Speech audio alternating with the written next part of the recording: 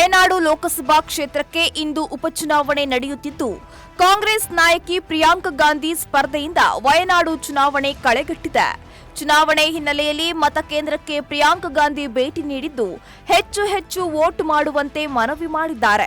ಈ ಕುರಿತು ತಮ್ಮ ಎಕ್ಸ್ ಖಾತೆಯಲ್ಲಿ ಪೋಸ್ಟ್ ಹಂಚಿಕೊಂಡ ಪ್ರಿಯಾಂಕಾ ಗಾಂಧಿ, ಪ್ರೀತಿಯ ಸಹೋದರ ಸಹೋದರಿಯರೇ, ಎಲ್ಲರೂ ನಿಮ್ಮ ಅಮೂಲ್ಯವಾದ ಹಕ್ಕನ್ನ ಚಲಾಯಿಸಿ ಅಂತ ಟ್ವೀಟ್ ಮಾಡಿದ್ದಾರೆ.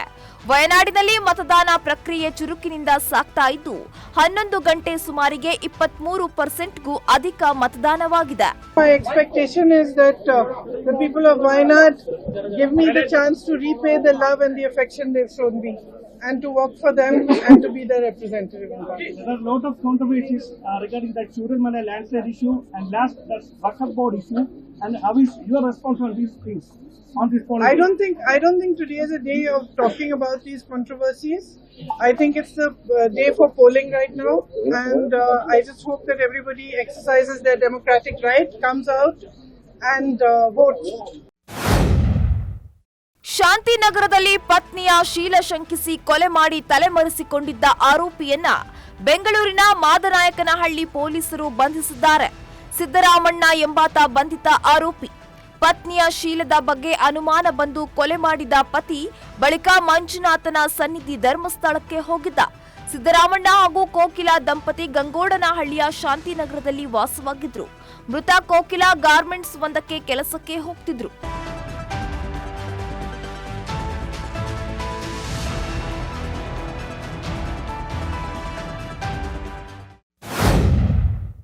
ತೆಲಂಗಾಣದ ಪೆದ್ದಪಲ್ಲಿ ಜಿಲ್ಲೆಯಲ್ಲಿ ಗೂಡ್ಸ್ ರೈಲಿನ 11 ಬೋಗಿಗಳು ಹಳಿ ತಪ್ಪಿವೆ.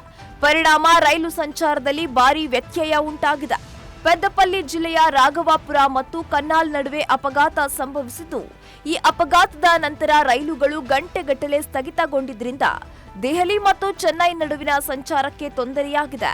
ಗೂಡ್ಸ್ ರೈಲಿನ 11 ಬೋಗಿಗಳು ಹಳಿ ತಪ್ಪಿದ ಕಾರಣ ದೆಹಲಿ ಚೆನ್ನೈ ಮುಖ್ಯ ರೈಲು ಮಾರ್ಗದಲ್ಲಿ ರೈಲು ಸಂಚಾರ ಸಂಪೂರ್ಣ ಅಸ್ತವ್ಯಸ್ತಗೊಂಡಿದೆ.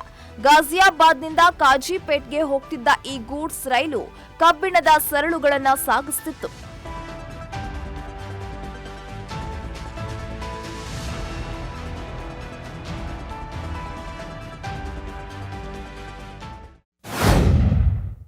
ಮಣಿಪುರದಲ್ಲಿ ಹಿಂಸಾಚಾರ ಮುಂದುವರೆದಿದೆ. ಮಣಿಪುರದ ಜಿರಿಬಾಮ್ ಜಿಲ್ಲೆಯಲ್ಲಿ ಬೆಳಗ್ಗೆ 2 ವೃದ್ಧರ ಮೃತದೇಹಗಳು ಪತ್ತೆಯಾಗಿದ್ದು, 6 ಮಂದಿ ನಾಪತ್ತೆಯಾಗಿದ್ದಾರೆ ಅಂತ ವರದಿಯಾಗಿದೆ.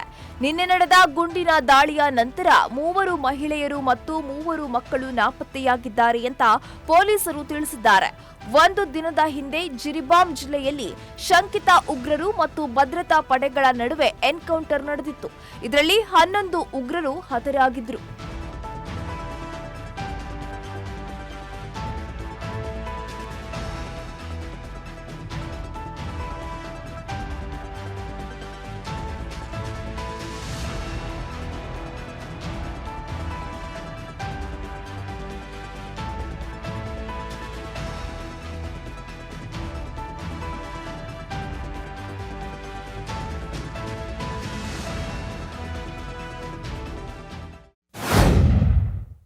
ಬುಲ್ಡೋಸರ್ ಕಾರ್ಯಾಚರಣೆ ಸಂಬಂಧ ಸುಪ್ರೀಂ ಕೋರ್ಟ್ ಮಹತ್ವದ ತೀರ್ಪು ನೀಡಿದೆ. ಆಸ್ತಿಯ ಮಾಲೀಕರಿಗೆ 15 ದಿನಗಳ ಮುಂಚಿತವಾಗಿ ನೋಟಿಸ್ ನೀಡದೆ ಯಾವುದೇ ಮನೆಯನ್ನು ನೆಲಸಮಗೊಳಿಸುವಂತಿಲ್ಲ ಅಂತ ಸುಪ್ರೀಂ ಕೋರ್ಟ್ ಇಂದು ನಿರ್ದೇಶನ ನೀಡಿದೆ. 2 ನ್ಯಾಯಮೂರ್ತಿಗಳ ಪೀಠ ಈ ತೀರ್ಪು ನೀಡಿದೆ. ರಾಜ್ಯಗಳಲ್ಲಿ ಕಾನೂನು ಸುವ್ಯವಸ್ಥೆ ಇರಬೇಕು ಅಂತ ಸುಪ್ರೀಂ ಕೋರ್ಟ್ ಹೇಳಿದ್ದು, ಯಾರ ಆಸ್ತಿಯನ್ನು ಸ್ವಚ್ಛೆಯಿಂದ ತೆಗೆದುಕೊಳ್ಳುವಂತಿಲ್ಲ. ಯಾರಾದರೂ ತಪ್ಪಿತಸ್ಥರಾದರೂ ಕಾನೂನುಬದ್ಧವಾಗಿ ಮನೆ ಕೆಡವಬಹುದು. ಆರೋಪಿಯಾಗಿರುವುದು ಮತ್ತು ತಪ್ಪಿತಸ್ಥರಾಗಿರುವುದು ಮನೆ ಒಡೆಯಲು ಆಧಾರವಲ್ಲ ಅಂತ ಹೇಳಿದೆ.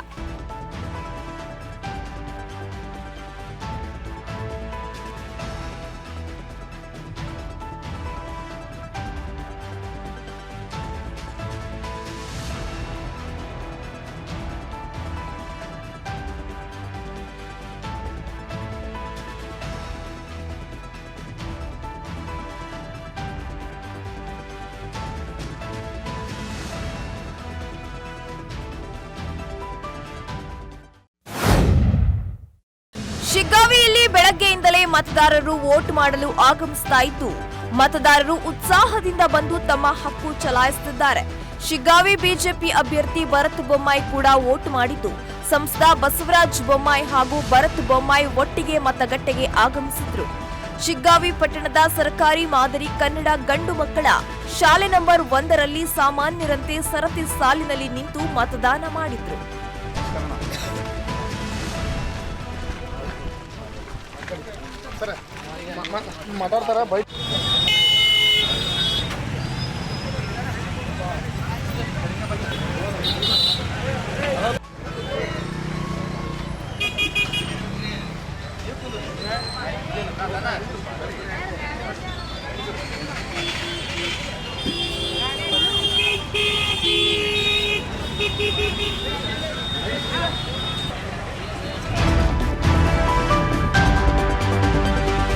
ಶಿಗ್ಗಾವಿಯಲ್ಲಿ ಮತದಾನದ ಬಳಿಕ ಮಾಧ್ಯಮದವರೊಂದಿಗೆ ಮಾತನಾಡಿದ ಬಿಜೆಪಿ ಅಭ್ಯರ್ಥಿ ಭರತ್ ಬೊಮ್ಮಾಯಿ, ಶಿಗ್ಗಾವಿ ಕ್ಷೇತ್ರದಲ್ಲಿ ಬೊಮ್ಮಾಯಿ ವರ್ಸಸ್ ಸರ್ಕಾರದ ನಡುವೆ ಚುನಾವಣೆಯಾಯಿತು. ಮತದಾರರು ಬೊಮ್ಮಾಯಿ ಕುಟುಂಬವನ್ನ ಕೈಬಿಡೋದಿಲ್ಲ. ರಾಜ್ಯ ಸರ್ಕಾರಕ್ಕೆ ಇವತ್ತು ಉತ್ತರ ಕೊಟ್ಟಿದ್ದಾರೆ.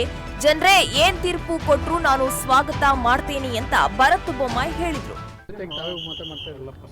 ಹೌದು, ನಾನು ಇಲ್ಲಿ ವೋಟಿಂಗ್ ID ಸಿಕ್ಕ ನಂತರ ಶಿಗ್ಗಾಂವ್ ಸೌಂದರ್ಯ ಕ್ಷೇತ್ರದಲ್ಲೇ ವೋಟ್ ಮಾಡ್ಕೊಂಡು ಬಂದಿದ್ದೀನಿ.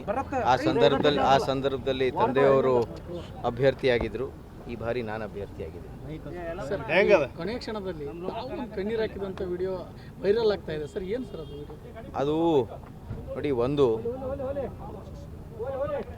ಅದು ಹಳೆ ಪಾಡ್ಕಾಸ್ಟಲ್ಲಿ ಎಲೆಕ್ಷನ್ ಸಂದರ್ಭದಲ್ಲಿ ಏನೇನು ಮಿಸ್ ಮಾಡ್ತೀರಿ ಅಂತ, ನಾನು ನನ್ನ ಮಗನ ಮಿಸ್ ಮಾಡ್ತಾ ಇದ್ದೀನಿ. ಅವ್ನಿಗಿರೋದು 1 ವರ್ಷ.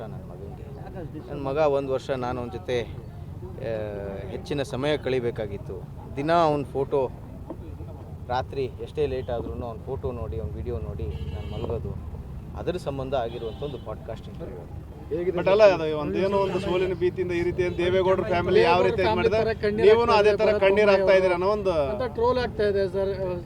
ನೋಡ್ರಿ, ಎಲ್ಲರಿಗೂ ಗೊತ್ತಿದೆ. ಅದು ಇಂಟರ್ವ್ಯೂ ಪೂರ ನೋಡಿದ್ರೆ ತಮ್ಮೆಲ್ಲರಿಗೂ ಗೊತ್ತಾಗುತ್ತೆ ಸರ್. ಇನ್ನು ತಮ್ಮ ಒಂದು ಸೋಲಿಗಾಗಿ ಇಡೀ ಸರ್ಕಾರ ಬಂದ್ಬಿಡ್ತಿತ್ತು, ಹೇಗೆ ಸ್ಟ್ರಾಟಜೀಸ್ ಇದೆ? ತಮ್ಮದ ಒಂದು ಕಾರ್ಯಕರ್ತರ ಬೆಂಬಲ ಹೇಗಿದೆ ಸರ್ ಇವತ್ತಿನ ಮತದಾನ? ಈ ತಂದೆಯವರು ಹೇಳದಂತೆ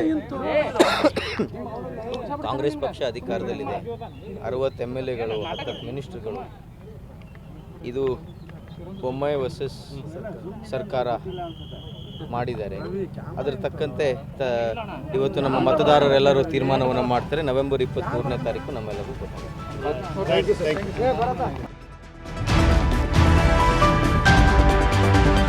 ಶಿಗ್ಗಾವಿಯಲ್ಲಿ ಮತದಾರರು ಭಾರಿ ಉತ್ಸಾಹದಿಂದ ಮತದಾನ ಪ್ರಕ್ರಿಯೆಯಲ್ಲಿ ಭಾಗವಹಿಸ್ತಾ ಇದ್ದು, 11 ಗಂಟೆ ಸುಮಾರಿಗೆ 15% ಮತದಾನವಾಗಿದೆ. ಎಲ್ಲಾ ವಯಸ್ಸಿನ ಜನರು ವೋಟ್ ಮಾಡಲು ಆಗಮಿಸ್ತಾ ಇದ್ದು, ವಯಸ್ಕರು ವಾಹನಗಳಿಂದ ಇಳಿದು ವೀಲ್ ಚೇರ್ಗಳಲ್ಲಿ ಆಗಮಿಸಿ ವೋಟ್ ಮಾಡುತ್ತಿದ್ದಾರೆ.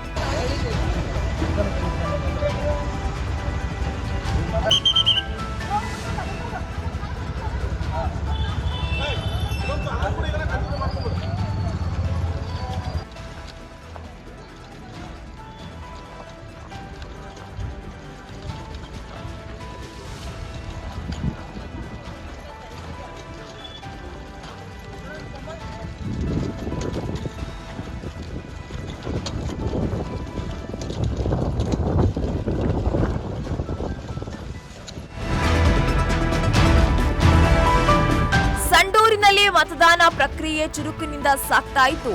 ಸಂಡೂರು ಕಾಂಗ್ರೆಸ್ ಅಭ್ಯರ್ಥಿ ಅನ್ನಪೂರ್ಣ ತುಕಾರಾಂ ತಮ್ಮ ಪತಿ ಮತ್ತು ಸಂಸದ ತುಕಾರಾಂ ಅವರೊಂದಿಗೆ ಪಟ್ಟಣದ ಇಂಜಿನಿಯರಿಂಗ್ ಉಪವಿಭಾಗ ಕಚೇರಿ ಮತಗಟ್ಟೆಗೆ ಆಗಮಿಸಿ ಮತ ಚಲಾಯಿಸಿದ್ರು.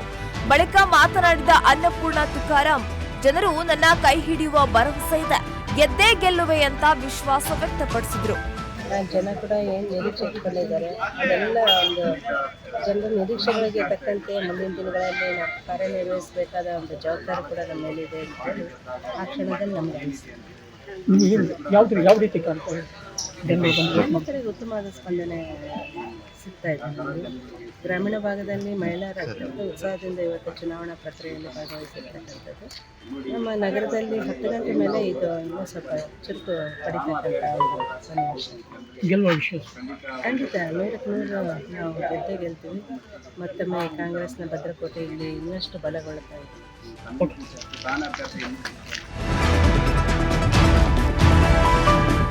ಚನ್ನಪಟ್ಟಣ ಉಪಚುನಾವಣೆಯ ಎನ್ಡಿಎ ಅಭ್ಯರ್ಥಿ ನಿಖಿಲ್ ಕುಮಾರಸ್ವಾಮಿ ಮತದಾನಕ್ಕೂ ಮುನ್ನ ಕ್ಷೇತ್ರದ ಪ್ರಸಿದ್ಧ ಶ್ರೀ ಕೆಂಗಲ್ ಆಂಜನೇಯ ಸ್ವಾಮಿಯ ಸನ್ನಿಧಿಗೆ ಭೇಟಿ ನೀಡಿದ್ದಾರೆ. ಈ ವೇಳೆ ಆಂಜನೇಯ ಸ್ವಾಮಿಗೆ ನಿಖಿಲ್ ಕುಮಾರಸ್ವಾಮಿ ವಿಶೇಷ ಪೂಜೆ ಸಲ್ಲಿಸಿದ್ದಾರೆ.